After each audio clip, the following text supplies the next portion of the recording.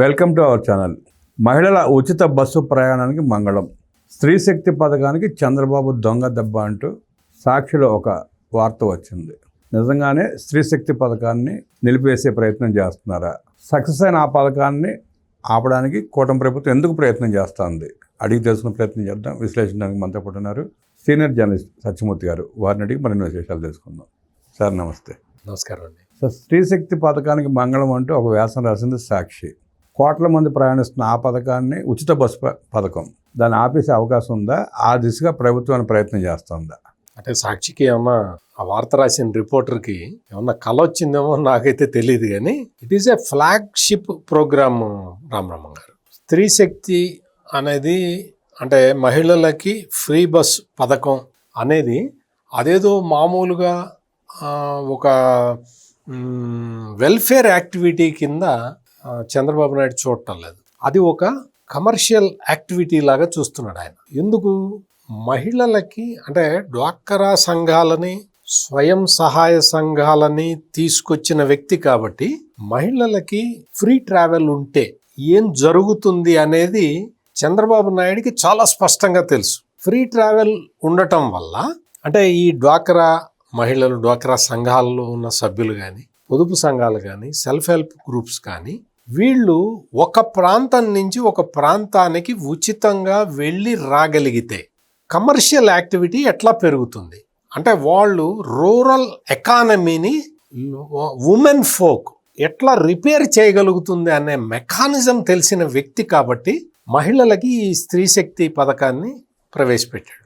Free travel. ఇప్పుడు మీరు free travel scheme ప్రవేశపెట్టినప్పటి నుంచి మీరు వైఎస్ఆర్ కాంగ్రెస్ పార్టీ ఏం చెబుతున్నది, సాక్షి ఏమి రాస్తున్నది, ఏమి చూపిస్తున్నది మీరు ట్రాక్ పెడితే ఆ స్కీమ్ ఎంత సక్సెస్ అయిందో మీకు అర్థమైపోతుంది. స్కీమ్ నిజంగా ఫెయిల్ అయినట్టయితే వాళ్ళు ఇన్నిసార్లు వార్తలు రాసేవాళ్ళు కాదు, వార్తలు పెట్టేవాళ్ళు కాదు. స్కీము విపరీతంగా సక్సెస్ అయింది, మహిళలు ఆనందంగా ఉన్నారు అన్న ఫీడ్బ్యాక్ జగన్మోహన్ రెడ్డికి రావటం వల్ల భయంకరమైన విమర్శలతోటి ఈ వార్తలు రాయడం మొదలు పెట్టాడు. అంటే ఎలాగైనా నీరుగార్చాలి అన్న ప్రయత్నం ఉంటారా? ఏదో ఒక విధంగా మనం ప్రజల్లో దీని గురించి కొన్ని అపోహలు రేపటం ద్వారా, పథకం ఇంప్లిమెంట్ చేయటం లేదు అన్న భ్రమ కల్పించటం ద్వారా, అది వాస్తవం కాకపోయినా సరే, వాస్తవము లేదు అనేది దాంతో మనకు జగన్మోహన్ రెడ్డికి సంబంధం లేదు. రాజకీయ పర్పస్ ఎట్లా నెరవేర్చుకోవాలి అనేది ఒక్కటే జగన్మోహన్ రెడ్డి ఆలోచన. అందుకనే ఫ్రీ బస్సు స్కీమ్ పెట్టినప్పుడు ఈ రోజా, వాళ్ళ పార్టీకి సంబంధించిన కొంతమంది మహిళా నాయకురాళ్ళు వాళ్ళందరూ బస్సులు ఎక్కి గొడవ చేయటానికి ప్రయత్నం చేశారు. మహిళలు మేమెందుకు వాళ్ళు ఏంటి, ఈ ఏసీ బస్సులు, డీలక్స్ బస్సులు ఉంటాయి కదా, అవి ఎక్కారు. అవి ఎక్కి మేము విశాఖపట్నం పోవాలి, మేము టికెట్ కొట్టం, మేము 0 టికెట్ ఇవ్వు అని అడగటం మొదలుపెట్టారు. మొదలుపెట్టి కండక్టరు లేదండి అది ఈ బస్సుకు కాదండి అంటే, ఈ బస్సుకు ఉండదా, చంద్రబాబు నాయుడు అన్ని బస్సులకి అని చెప్పాడే అని ఆ కండక్టర్ తోటి ఆర్గ్యుమెంట్ చేయటం, ఈ మొత్తాన్ని వీడియో తీసి సోషల్ మీడియాలో పోస్ట్ చేయటం. నేను ఇందాక నుంచి నేను చెప్పింది ఏంటి, ఈ గ్రామీణ మహిళలు వాళ్ళు తమ ఉత్పత్తులని పట్టణానికి తీసుకెళ్ళి అమ్ముకోవటానికి, లేదు దగ్గరలో మనసు ప్రశాంతంగా ఉండాలని దగ్గరలో గుడికి వెళ్ళి రావటానికి, లేదు ఆ పక్క మండలంలో ఉన్న అమ్మగారింటికి వెళ్ళి రావటానికి, లేదు పిల్లల్ని తీసుకెళ్ళి స్కూల్లో వదిలిపెట్టి రావటానికి, ఇటువంటి పర్పస్లకి ఉచిత బస్సు ఉంటుంది. నేను విజయవాడలో ఉంటాను, హైదరాబాద్ పోతాను, ఏసీ బస్సులో ఎక్కుతాను, నేను టికెట్ కొనను అంటే కుదురుతుందా? ఎట్లా కుదురుతుంది? ఇది ప్రొడక్టివ్ ట్రిప్పుల కోసం మాత్రమే ఫ్రీ బస్సు. ఇప్పుడు నేను చెప్పింది ఎక్కడో విజయవాడలో ఎక్కుతాను, విశాఖపట్నం పోయి సరదాగా బీచ్ చూసి రావాలి, అది విహారయాత్ర, అన్ప్రొడక్టివ్ ట్రిప్ కదా. దానికి ఎందుకు సబ్సిడీ ఇస్తుంది గవర్నమెంట్ అంటే ఆలోచించుకోవాలి మనం. ఇట్లా ఒక రకమైన అన్రెస్ట్ ప్రజల్లో క్రియేట్ చేద్దాము అని చెప్పి ఈ జగన్మోహన్ రెడ్డి శత విధాల ప్రయత్నం చేశాడు, కుదరలా. సక్సెస్ఫుల్గా స్కీమ్ ఇంప్లిమెంట్ అవుతూ ఉన్నది. ఎవరు కూడా ఈ గ్రామీణ మహిళలు ప్రయాణం చేయటం, లేదు పట్టణ మహిళలు ఎక్కడికన్నా వెళ్ళి రావటానికి, వెళ్ళి సాయంత్రానికి రిటర్న్ రావాలి కదా, అటు నుంచి అటే పోరు కదా, ఎవడు పోరు కదా, అంత దూరం పోతే మళ్ళీ రిటర్న్ రావడం కష్టం కదా. అందుకని it became a popular scheme in women folk. దీన్ని ఎట్లా దెబ్బకొట్టాలో రకరకాల ప్లాన్లు వేసి విఫలం చెంది వైఎస్ఆర్ కాంగ్రెస్ పార్టీ చాలా రోజులు సైలెంట్గా ఉంది. ఇప్పుడు మళ్ళీ ఒక 4-5 రోజుల నుంచి మళ్ళీ దీని మీద మొదలుపెట్టారు. ఇప్పుడు ఏం మొదలుపెట్టారు అంటే స్త్రీ శక్తి స్కీముని చంద్రబాబు నాయుడు ఆపేయబోతున్నాడు అనే క్యాంపెయిన్ మొదలుపెట్టారు. ఈ క్యాంపెయిన్ ఎంత సీరియస్గా వాళ్ళు చేస్తున్నారు అంటే మొత్తం ఆంధ్రప్రదేశ్లో ఉన్న బస్సులన్నీ డీజిల్ బస్సులు తీసేసి ఈ బస్సులు తీసుకొస్తున్నారు. ఈ బస్సులు ప్రైవేట్ వాళ్ళు నడుపుతారు. అంటే స్త్రీ శక్తి స్కీముని చంద్రబాబు నాయుడు రద్దు చేయబోతున్నాడు. అంటే తాత మోకాలకి బోడిగుండుకి ముడేసినట్టుగా వీళ్ళు చెప్తూ ఉన్నారు. నేను మొదటి నుంచి అంటే ఈ స్కీమ్ గురించి తెలుగుదేశం పార్టీ తన ఎన్నికల ప్రణాళికలో పెట్టింది ఏముందో ఒక్కసారి చదువుకోండి, ఒక్కసారి చదువుకోవాలి. మేము విహారయాత్రలకు వెళ్తాము, లాంగ్ డిస్టెన్స్ ఏసీ బస్సుల్లో ప్రయాణం చేస్తామంటే ఎవరు ఇవ్వరు. నీకు షార్ట్ డిస్టెన్సు ఆ జిల్లా లేకపోతే ఉమ్మడి జిల్లా అక్కడికి వెళ్ళి రావడం వాళ్ళ వ్యాపార పని లేకపోతే ఏదైనా పర్సనల్ పనులు ఉంటే చేసుకురావటానికి ఇది ఉపయోగపడుతుంది, కానీ వేరే విధంగా కాదు.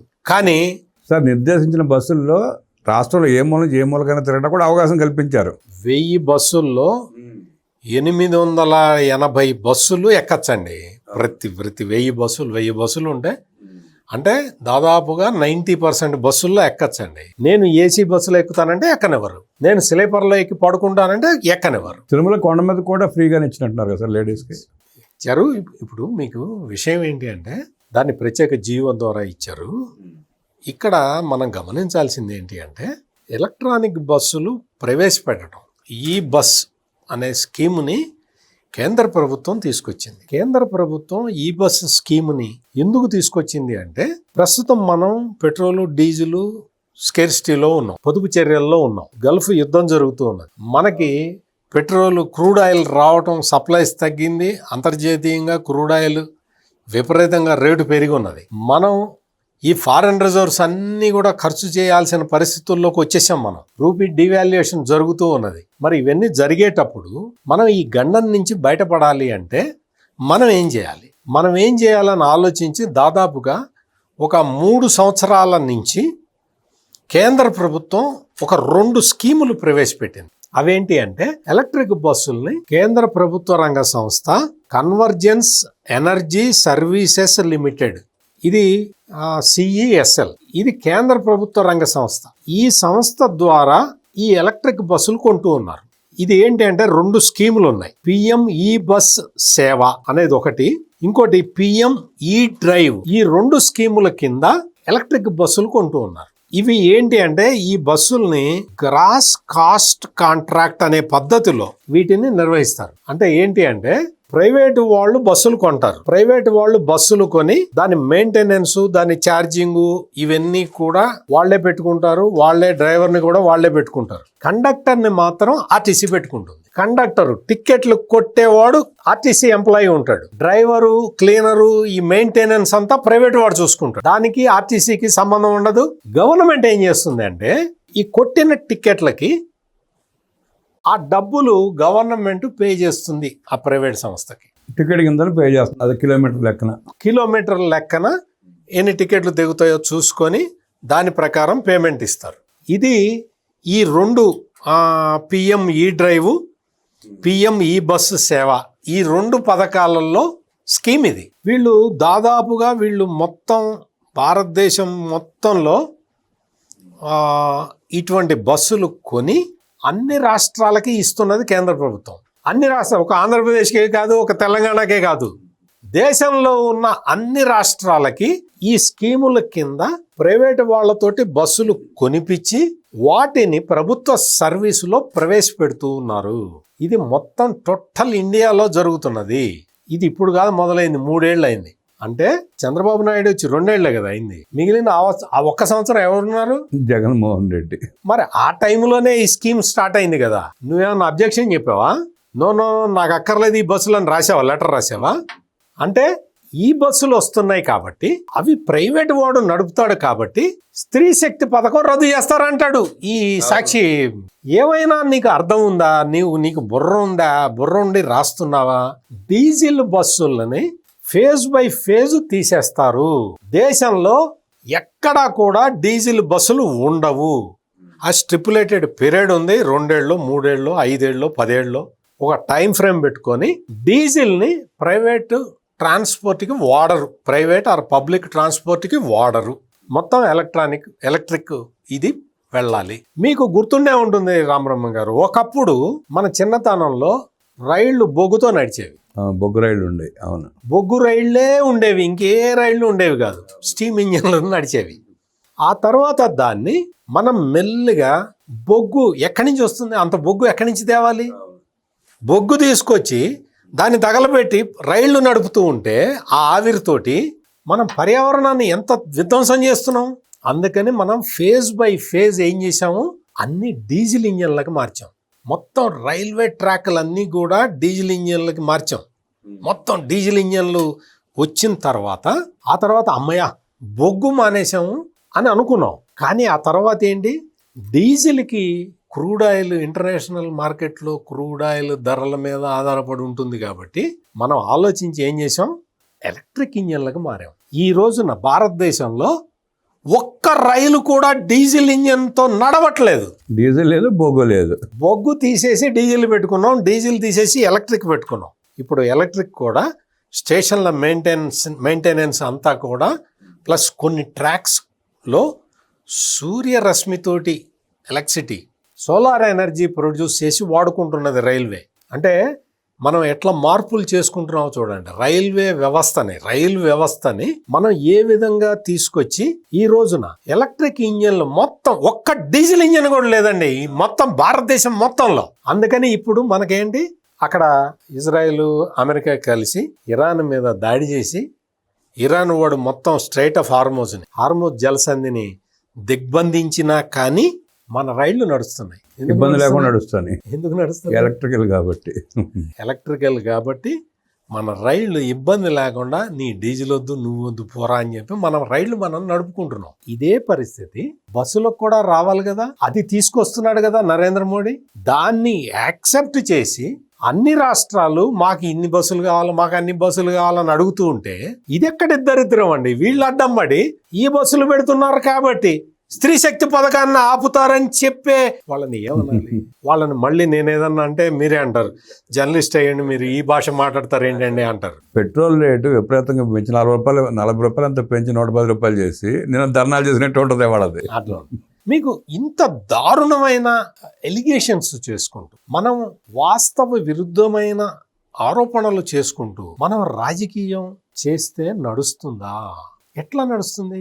నీకు దేశం మొత్తం డీజిల్ ఇంజన్లతోటి నడిచే బస్సులని ఆపేయాలి, ఫేజ్ బై ఫేజ్ మనం ఈ బస్సులకి వెళ్ళిపోవాలి అన్న పాలసీ తీసుకొని కేంద్ర ప్రభుత్వం ముందరికి వస్తూ ఉంటే, కేంద్రం మీద రాష్ట్రం మీద బడ్డెన్ లేకుండా ప్రైవేటు వాళ్లతోటి ఈ బస్సులు కొనిపించి దానికి రాష్ట్ర ప్రభుత్వం నుంచి డబ్బులు ఇప్పిస్తూ ఉంటే నీకేంటి నొప్పి?